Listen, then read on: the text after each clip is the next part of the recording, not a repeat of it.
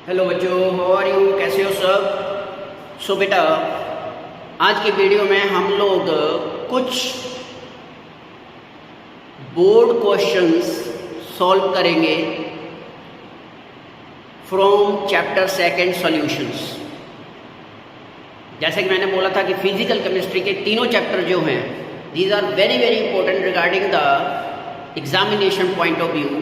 And इन तीनों chapters में जो आपका न्यूमेरिकल बेस रहता है बोर्ड एग्जामिनेशन में 12 मार्क्स टू 15 मार्क्स के आसपास, मींस ओवरऑल 10 to 15 के बीच बीच में लाई करते हैं। ये सारे के सारे न्यूमेरिकल्स आपको फर्स्ट 3 चैप्टर्स में से, दैट इज़ फिजिकल केमिस्ट्री के तीनों चैप्टर में से मिलते हैं। तो हम लोग आज स्टडी करेंगे कुछ इसी तरह के क्वेश्चन चैप्टर 1 के सॉल्यूशंस के। ठीक है, तो मोस्ट इम्पोर्टेंट जो न्यूमेरिकल्स रहते हैं इस पर्टिकुलर चैप्टर में, वो आपके रहते हैं कौन से? कोलिगेटिव प्रॉपर्टीज बेस्ड न्यूमेरिकल्स होते हैं बेटा।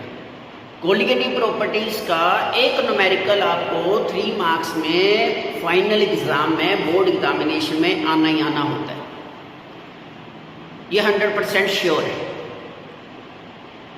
3 से ज़्यादा भी आ सकता है, 3 का तो आना ही आना है। 3, 4, 5 मार्क्स तक न्यूमेरिकल इस चैप्टर के आते हैं।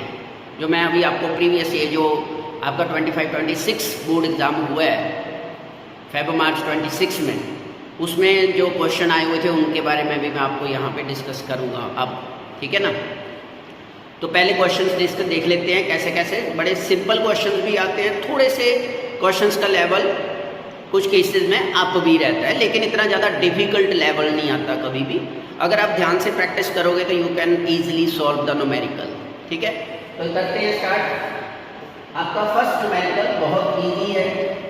ये प्रीवियस बोर्ड एग्जाम की बात कर रहे हैं हम, जो आए हुए हैं आपके CBSE बोर्ड एग्जाम में जो न्यूमेरिकल्स आए हुए हैं। देखिए first numerical, calculate the freezing point of a solution containing 60 gram of glucose. आपने फ्रीजिंग पॉइंट ऑफ सॉल्यूशन निकालना है। अब फ्रीजिंग पॉइंट की बात आ गई तो कौन सी कोलिगेटिव प्रॉपर्टी डिस्कस हो रही है? Depression in freezing point colligative property जो है वो डिस्कस हो रही है। तो जैसे ही आप पहली स्टेटमेंट पढ़ते हो, अपने माइंड में एक रफ आइडिया डेवलप कर लेना है कि कौन सी कोलिगेटिव प्रॉपर्टी का ये न्यूमेरिकल आपको पूछा गया है। तो फ्रीजिंग पॉइंट मीन्स टू से डेल्टा TF की बात हो रही है, फ्रीजिंग पॉइंट डिप्रेशन की बात हो रही है। इसका फॉर्मूला क्या था? KFM और delta TF is equal to I into KFM। जब बॉन्ड ऑफ फैक्टर की बात होगी, करेक्शन फैक्टर की बात होगी तो I वाला फॉर्मूला लगेगा, अदरवाइज सिंपल फॉर्मूला अप्लाई हो जाएगा। ठीक है, अब चलते हैं स्टेटमेंट के ऊपर। आपको बोला गया calculate the freezing point of solution. Freezing point of solution निकालना है, मतलब delta TF depression in freezing point नहीं पूछा गया है। फ्रीजिंग पॉइंट ऑफ सॉल्यूशन वो क्या था? आपके पास 2 एप्लीकेशन यूज करते हैं, एक होता है TF नोड, ये होता है freezing point of pure solvent, और एक होता है TF, ये होता है फ्रीजिंग पॉइंट ऑफ सॉल्यूशन। तो बेटा आपने ये चीज फाइंड करनी है इस न्यूमेरिकल में, TF फाइंड आउट करना है। और TF नॉट जो pure freezing point of pure solvent means कौन सी बात हो रही है? Freezing point of solution containing this into 50 ml of water. Water means TF not किसका लेंगे? वाटर का। वो कितना होता है? 273 केल्विन या 0 डिग्री सेल्सियस। तो डेल्टा TF की जो वैल्यू होती है आपके पास, मतलब लास्ट में जब आप वेट करोगे उसके बाद लास्ट में जो आओगे तो वो आपके पास बन जाती है TF नॉट माइनस TF, क्योंकि फ्रीजिंग पॉइंट सॉल्यूशन का डिक्रीज कर जाता है, सॉल्वेंट का ज़्यादा होता है। तो यहाँ ये वाला फॉर्मूला अप्लाई करके आप बाद में फिर आइडेंटिफाई कर लोगे फ्रीजिंग पॉइंट ऑफ सॉल्यूशन यहाँ से। Is that clear? मतलब एक पिक्चर क्लियर कर लेनी है जब आप स्टेटमेंट को पढ़ते हो। जो फर्स्ट 15 मिनट्स आपको बोर्ड एग्जाम में दिए जाते हैं वो इसीलिए होते हैं ताकि आप क्वेश्चन पेपर को थोरोली एक बार रीड आउट कर लो और आपको पता चल जाए कि कौन से क्वेश्चन में क्या पूछा गया है। आधे से ज़्यादा बच्चे इसी चक्कर में गलत कर देते हैं कि वो ध्यान से स्टेटमेंट को पढ़ते ही नहीं हैं थोरोली, जिसकी वजह से वो अपने क्वेश्चन के आंसर को गलत कर देते हैं। क्वेश्चन आता होता है लेकिन गलत करके चले जाते हैं क्योंकि स्टेटमेंट को अंडरस्टैंड ही नहीं कर पाते कि बोला क्या गया है। सो करते हैं न्यूमेरिकल सॉल्व। देखिए जरा, आपको पूछा गया फ्रीजिंग पॉइंट ऑफ सोल्यूशन आपने फाइंड करना है। 60 ग्राम ऑफ ग्लूकोज आपको गिवन है। 60 ग्राम ग्लूकोज मतलब WB, मास ऑफ सोल्यूट या वेट ऑफ सोल्यूट आपको गिवन है 60 ग्राम। सोल्यूट कौन है? ग्लूकोज। तो ग्लूकोज क्या होता है? केमिकल फॉर्मूला भी बेटा आपको आने चाहिए। एग्जाम में मान लीजिए आपको मॉलिक्यूलर मास गिवन नहीं है, वैसे तो गिवन होता है, ठीक है, लेकिन मान लीजिए डिफिकल्ट लेवल ज़्यादा आ गया, आपको गिवन ही नहीं हुआ मॉलिक्यूलर मास, तो मॉलिक्यूलर फार्मूला अगर आपको पता होगा तो मॉलिक्यूलर मास आप इजीली फाइंड आउट कर सकते हैं। तो ग्लूकोज क्या होता है? C6H12O6। इसका जो मॉलिक्यूलर मास होता है वो होता है 180 ग्राम। कैलकुलेट कर सकते हो 12 × 6 + 12 × 1 + 16 × 6, तो 72 + 12 + 96 कितना बन गया? 180 ग्राम। ऐसे आप फाइंड आउट कर सकते हो। तो केमिकल फार्मूलाज का खास ध्यान रखना है आपको। केमिकल फार्मूला हर एक स्पीशी के पता होने चाहिए, मैक्सिमम नंबर ऑफ कंपाउंड्स के। चलिए, सो ग्लूकोज का मास WB आपको गिवन है, ठीक है। उसके बाद into 50 gram of water, 250 gram of water means WA आपको गिवन है, mass of solvent in grams. आपका फॉर्मूला क्या था? Delta TF = KFM। M क्या है? Molality of the solution. अब मोलैलिटी को अलग से फाइंड आउट करने की जरूरत नहीं है बेटा, यहाँ पे आप सीधा फॉर्मूला अप्लाई करिए this one, delta TF = KF into क्या होता है? Number of moles of solute over mass of solvent in gram, in kilogram.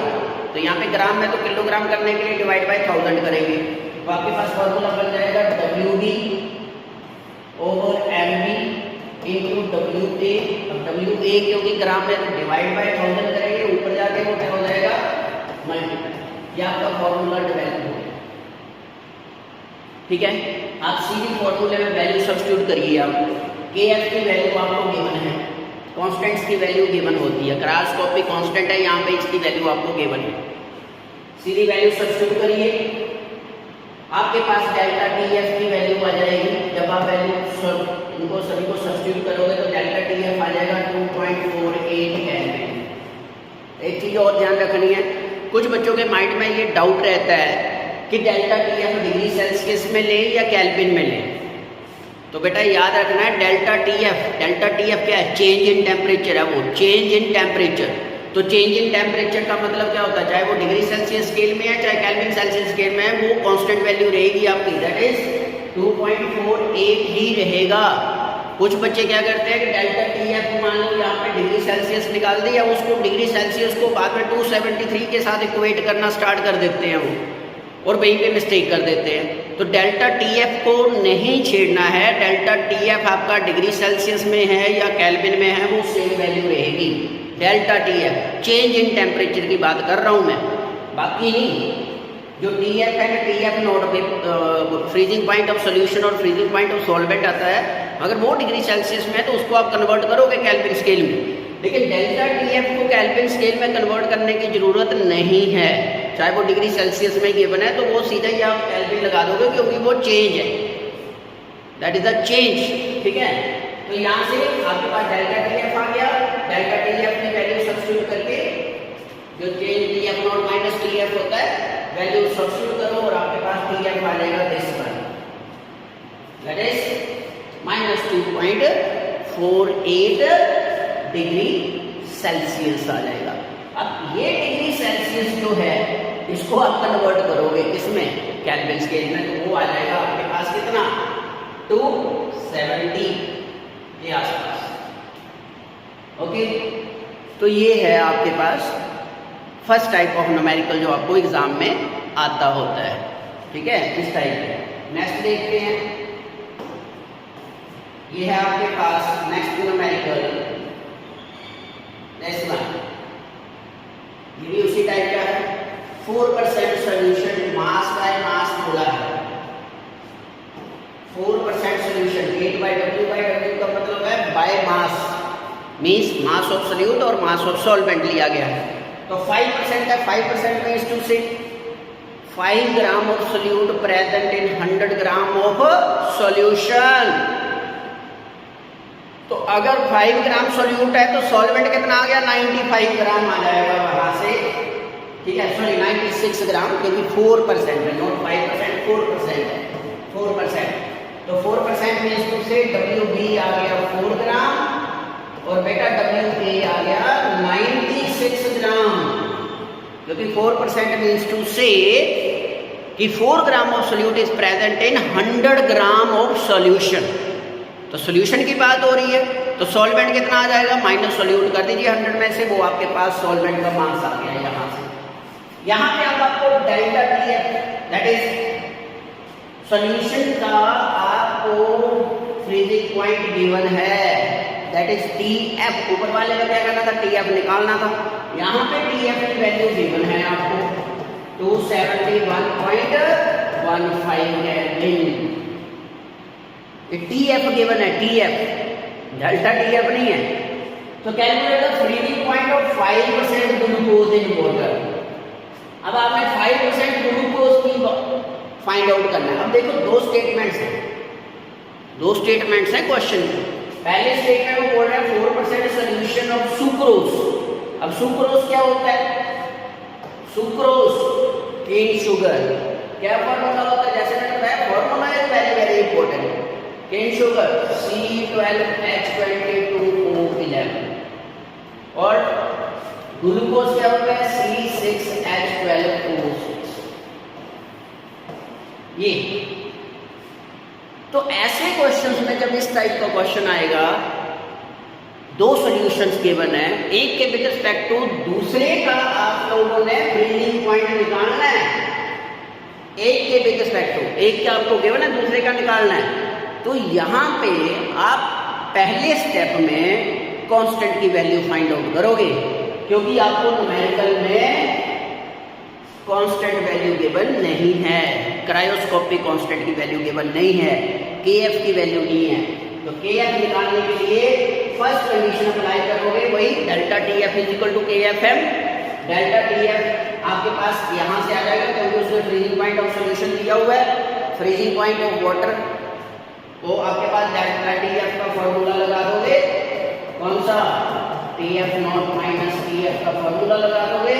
यहाँ से आपके पास क्या आ जाएगा, डेल्टा TF आ जाएगा 273 माइनस 271, कितना आ गया 2। ये डेल्टा TF आ गया। यहाँ पे डेल्टा TF की वैल्यू पुट करोगे, KF निकालना है आप लोगों ने। फर्स्ट स्टेटमेंट से KF निकालोगे, क्योंकि गिवन नहीं है, तो पहली स्टेटमेंट से ये वैल्यू आपकी KF प्रोवाइड करवा देगी, आपका KF आ जाएगा। अब इस KF के विद रिस्पेक्ट टू आपने इसको सेकंड पार्ट में दैट इज ग्लूकोज के लिए आप इसके लिए फाइंड आउट करो। तो ये आपके पास वैल्यू इस तरह से दो बार आपने फॉर्मूला लगाना है इस चीज का, डिप्रेशन इन फ्रीजिंग पॉइंट का। पहला KF वैल्यू फाइंड आउट करने के लिए आपके पास KF आ गई, आप दूसरी बार फॉर्मूला ये लगाओगे। लेकिन सेकंड सॉल्यूशन के लिए, सेकंड सॉल्यूशन कौन सा था आपका, ग्लूकोज, वो 5% है। तो 5% means WB is equal to 5 gram and WA is equal to 95 gram. Second step में, पहले स्टेप में KF, दूसरे स्टेप में आपकी वैल्यू डेल्टा TF4 किसके लिए, ग्लूकोज के लिए आएगा। उसके बाद अगेन रिलेशन अप्लाई करोगे, delta TF equal to TF not minus TF, आपके पास freezing point of solution of 5% glucose आ जाएगा। इस टाइप के न्यूमेरिकल्स आपको एग्जाम में आते हैं। थोड़ा कंफ्यूजिबल था ये, सीधा सीधा नहीं था, ठीक है, क्योंकि दो अलग अलग सॉल्यूशंस गिवन है। तो उसके अकॉर्डिंगली आपने दो स्टेप में इस न्यूमेरिकल को सॉल्व करना है, और ये 3 मार्क्स में एग्जाम में आया होगा न्यूमेरिकल। नाउ इसी तरह से एक और देखते हैं, दिस वन, ये वांट ऑफ फैक्टर का न्यूमेरिकल है आपका। Van't Hoff factor, I factor utilize होता है इसमें। कैसे पता चलेगा आई फैक्टर यूज होना है या नहीं होना है? कई बार लोग वो क्या करते हैं कि क्वेश्चन उसमें ही दे देते हैं कि calculate the want Hoff factor, लेकिन कुछ केसेस में कुछ स्पेशल वर्ड्स होते हैं जहाँ से हमें पता चलता है कि नहीं यहाँ पे आई फैक्टर यूज करना है। जैसे इस स्टेटमेंट को ध्यान से पढ़िए, कहता है सोल्यूशन कंटेनिंग 1.9 ग्राम पर 100 ml of KCl potassium chloride molecular mass given है आइसोटोनिक विद, आइसोटोनिक आ गया मतलब ऑस्मोटिक प्रेशर बेस्ड न्यूमेरिकल है। Isotonic means osmotic pressure based numerical. Isotonic with the solution containing 3 ग्राम पर 100 ml ऑफ यूरिया, मतलब दो solution आपको given है, एक पोटेशियम क्लोराइड और एक यूरिया का, और दोनों आइसोटोनिक है मतलब दोनों का ऑस्मोटिक प्रेशर सेम है। सेम है मतलब π1 इज इक्वल टू π2, मतलब π of KCl is equal to π of urea.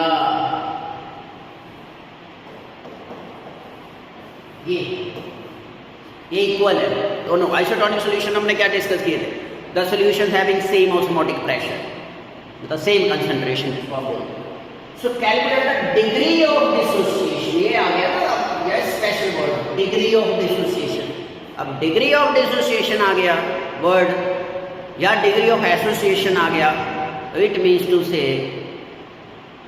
Question में आपसे पूछा जा रहा है वांट ऑफ फैक्टर के बारे में।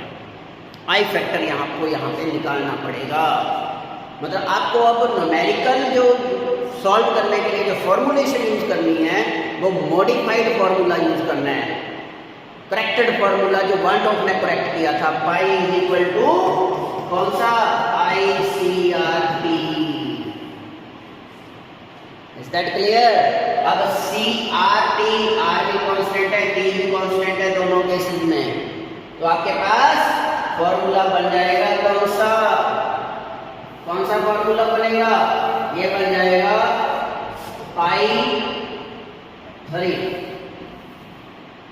C1RT, इसके लिए ये बन गया आपका KCl के लिए इज इक्वल टू C2RT, इसके लिए यूरिया के लिए, लेकिन मॉडिफाइड लगाना है आई के अकॉर्डिंगली, ठीक है ना? तो आई फैक्टर आपके पास किसकी बात कर रहे हैं? KCl की बात कर रहे हैं, तो KCl के लिए I/CRT लग जाएगा, यूरिया के लिए नहीं, किसके लिए? KCl के लिए, क्योंकि वो डिसोसिएशन के लिए पूछा गया है। तो ये आपके पास RT दोनों तरफ कैंसिल हो जाएंगे, आपका सीधा फॉर्मूला बन जाएगा I/C1 is equal to C2।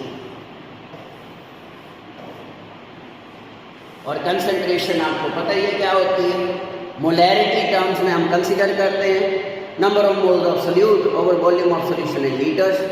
तो ये आपके पास हमारा जो न्यूमेरिकल है इस तरह से आपका ये सॉल्व हो जाएगा। आपका ये आ गया formula N1B1 equal to I/N2 into, इन्होंने C2 लिया हुआ है KCl के लिए, हमने यहाँ पे C1 ले लिया था, तो इट डज नॉट मैटर, जो भी ले सकते हो। B1 B2 आपका कांस्टेंट है, सेम है वो वॉल्यूम पर लीटर ऑफ द सॉल्यूशन पर 100 ml, यहाँ पे भी पर 100 ml है, यहाँ पे भी पर 100 ml है, तो 100 वो भी कैंसिल हो जाएंगे, तो आपके पास बचेगा सिंपल क्या? N1 ओवर ये आ गया 3/60 एंड I into 1.9 over 74.5। जब दोनों की वैल्यू सब्स्टिट्यूट करोगे, number of moles of solute end of KCl और किसके? यूरिया के, तो I यहाँ से आपके पास ये वैल्यू आ जाएगी जब आप सॉल्व करोगे 1.96।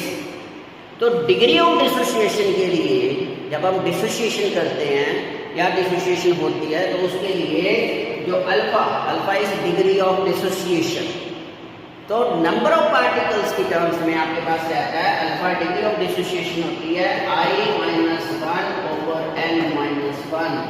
I वांट ऑफ फैक्टर होता है, N क्या है? N is the number of particles that are actually produced after dissociation। या आर फॉर्म्ड आफ्टर डिसोसिएशन और एसोसिएशन, वो आपके एन वैल्यू रहती है। तो by using this particular formula alpha equal to I minus 1 over N minus 1, आपके पास यहाँ से अल्फा की वैल्यू आ जाएगी 0.96 जब आप इक्वेट करोगे। इसमें एक चीज़ का ध्यान रखना है, जो आई आएगा आपके पास, इस आई को राउंड अप नहीं करना है, इसको एज इट इज लेकर ही सॉल्व करना है पूरा न्यूमेरिकल, चाहे कोई सा भी न्यूमेरिकल हो। इस चीज़ का ध्यान रखना है हमेशा, क्योंकि आई को अगर आप राउंड अप कर दोगे तो आपका आंसर करेक्ट नहीं आएगा उस केस में। तो I will be taken as it is, okay, जैसा आपके पास आएगा। So this is how we can solve the numerical related to I factor के रिगार्डिंग एसोसिएशन डिसोसिएशन के लिए, ठीक है ना।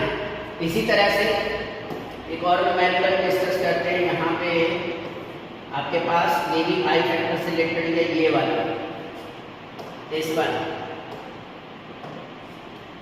ये देखिए, a solution of 0.1 molar sodium sulphate, molarity आपको गिवन है, एक्सटेंट ऑफ 95%, ठीक है ना, dissolve to the extent 95% dissolve हुआ है वो, but would be its osmotic pressure at 27 degree Celsius. ये 95% डिसोल्यूशन का मतलब है कि वो डिसोशिएट हुआ है, डिसोशिएट हो गया।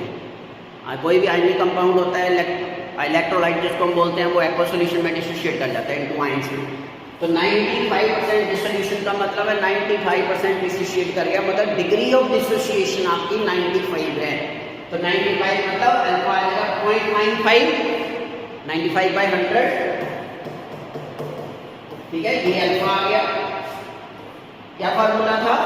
Alpha equal to I minus 1 over N minus 1, ठीक है। जब आप सोडियम सल्फेट को लिखते हैं Na2SO4 होता है, तो जब इसको आप एक्वा सॉल्यूशन इसका प्रिपेयर करते हैं तो actually number of particles according to chemical equation कितने प्रोड्यूस होते हैं? 2Na positive plus SO4 2 negative, ठीक है ना। कितने? 2 + 1 3 आए, तो यहाँ पे n की वैल्यू 3 है, तो आप वैल्यू सब्स्टिट्यूट करोगे i minus 1 over 3 minus 1, i की वैल्यू आ गई 2.9, ठीक। अब इस वैल्यू को आप ऑस्मोटिक प्रेशर में सब्स्टिट्यूट कर दो, pi equal to pi into CRT, C आपको गिवन ही है, R की वैल्यू कांस्टेंट 0.0821 रहती है, ये गिवन होती है, और T कितना है? 300 kelvin, that is 27 degree Celsius, 300 kelvin temperature आपको गिवन है। तो इसके अकॉर्डिंगली आप लोग फिर ये न्यूमेरिकल सॉल्व कर सकते हैं। ये वांट हो बेस्ड न्यूमेरिकल आपको पेपर में आते होते हैं।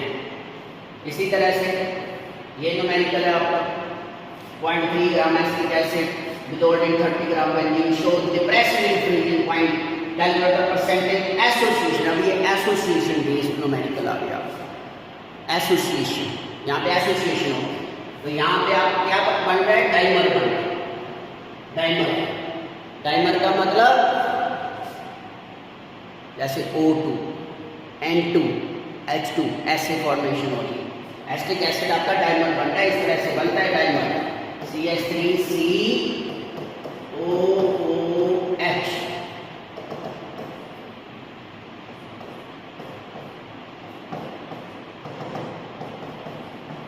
ऐसे फॉर्मेशन होती है डाइमर।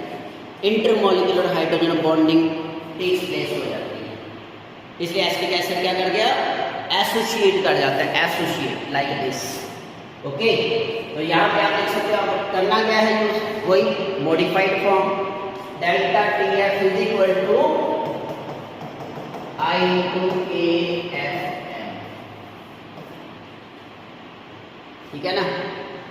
वैल्यू सब्स्टिट्यूट करिए, डेल्टा TF आपको प्रोवाइडेड है 0.45 डिग्री सेल्सियस, ठीक है। बाकी वैल्यू सब्स्टिट्यूट कर दीजिए, यहाँ से I आ गया, कितना आया?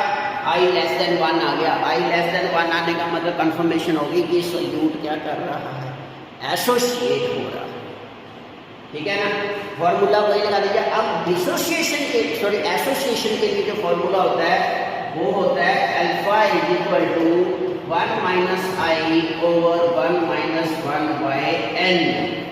ये फॉर्मूला नोट कर लेना है। इसके लिए फॉर एसोसिएशन के लिए degree of dissociation versus I factor का ये रिलेशनशिप रहता है। Alpha is equal to 1 minus I over 1 minus 1 by N. N is 1 2 3 जो डाइमर फॉर्मेशन, ट्राइमर, टेट्रामर, वो चीज बन रही है। डाइमर बन रहा है मतलब 2, एन की वैल्यू 2, ट्राइमर 3, टेट्रामर 4, ऐसे करके तो ये वैल्यू आ जाती है। ये दोनों रिलेशन अलग अलग हैं, एसोसिएशन के लिए अलग है, डिसोसिएशन के लिए अलग। डिसोसिएशन के लिए सीधा था i minus 1 over n minus 1, यहाँ पे क्या है 1 minus I over 1 minus 1 by N. Value substitute करिए, you will get the answer. Alpha की वैल्यू डेसिमल फ्रैक्शन में आएगी, उसको 100 से मल्टीप्लाई कर दोगे, परसेंटेज एसोसिएशन आ जाएगी आपके पास। Is that clear? This is how we can solve the numerical based upon want of factor for association as well as for dissociation के लिए। Is that clear? ये है आपके पास इस टाइप के न्यूमेरिकल आपको बोर्ड एग्जाम्स में आते हैं। इसी तरह जैसे ये देखिए, यहाँ पे भी एसोसिएशन का न्यूमेरिकल है, यहाँ पे 6.1 ग्राम बेंजोइक एसिड दिया हुआ है। अब इस न्यूमेरिकल सेम न्यूमेरिकल वैसे ही आई फैक्टर निकाल दिया, उसके बाद वैल्यू सब्स्टिट्यूट कर दी 1 minus I over 1 minus 1 over N. ठीक, सिंपल न्यूमेरिकल्स होते हैं। अगर आप थोड़ा सा ध्यान से इनको प्रैक्टिस करोगे, 8-10 न्यूमेरिकल सॉल्व करोगे, आपका सारा जो कंसेप्ट है वो क्लियर हो जाए।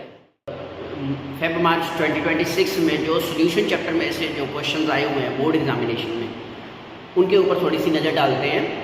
जैसे फॉर एग्जाम्पल ये आपका एक क्वेश्चन आया हुआ है 26 में, फेब मार्च 2026 में।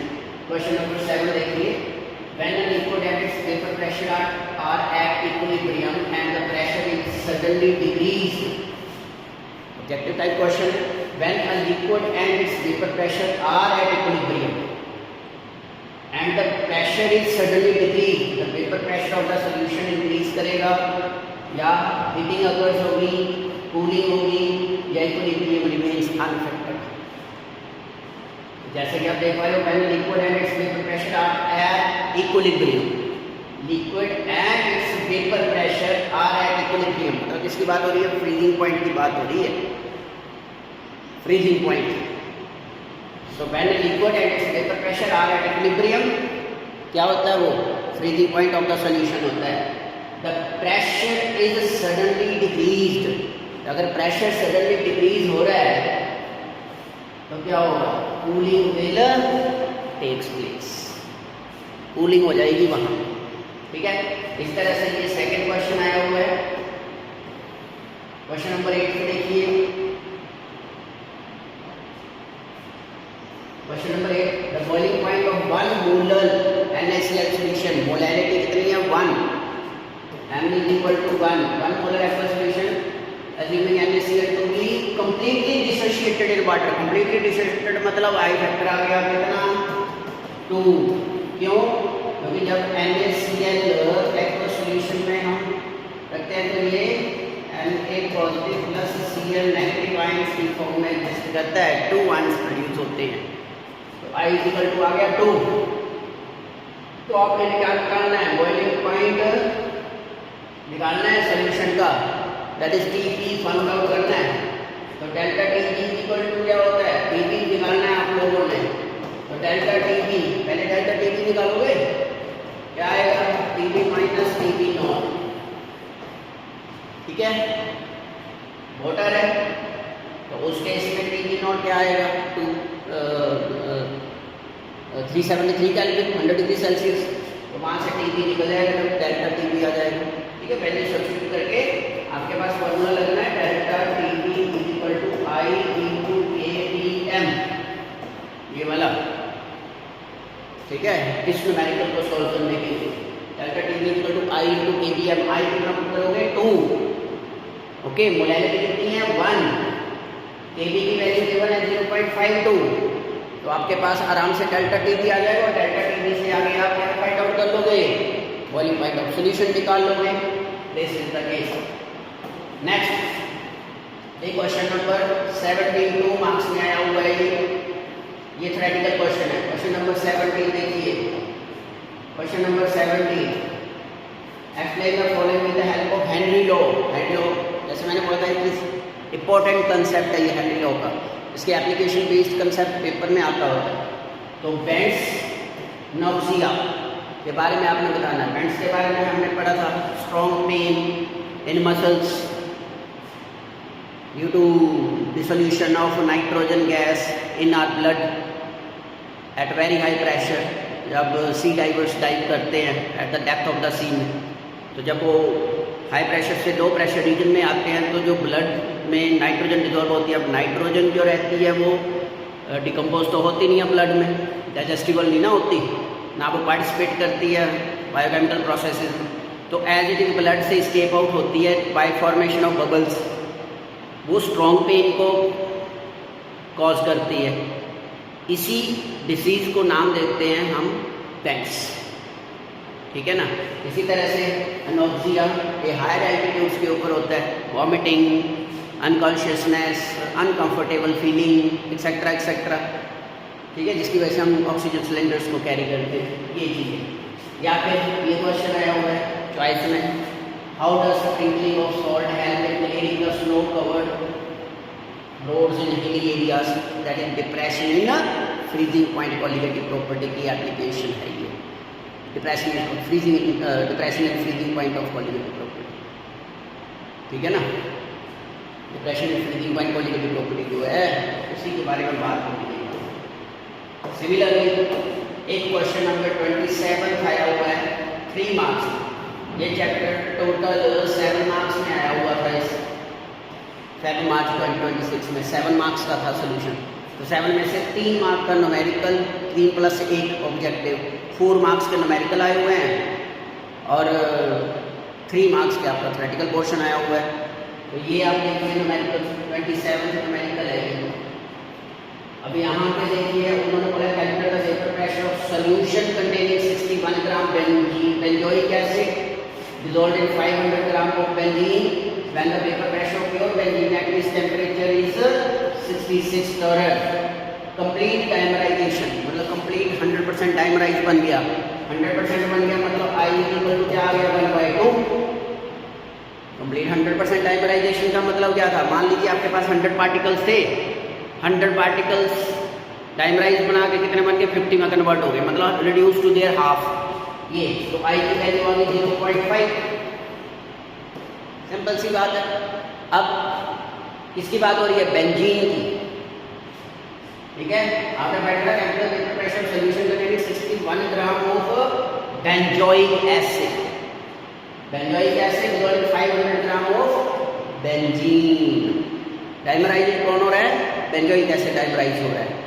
तो formula PS = P0 into Exide जो आपका सॉल्वेंट,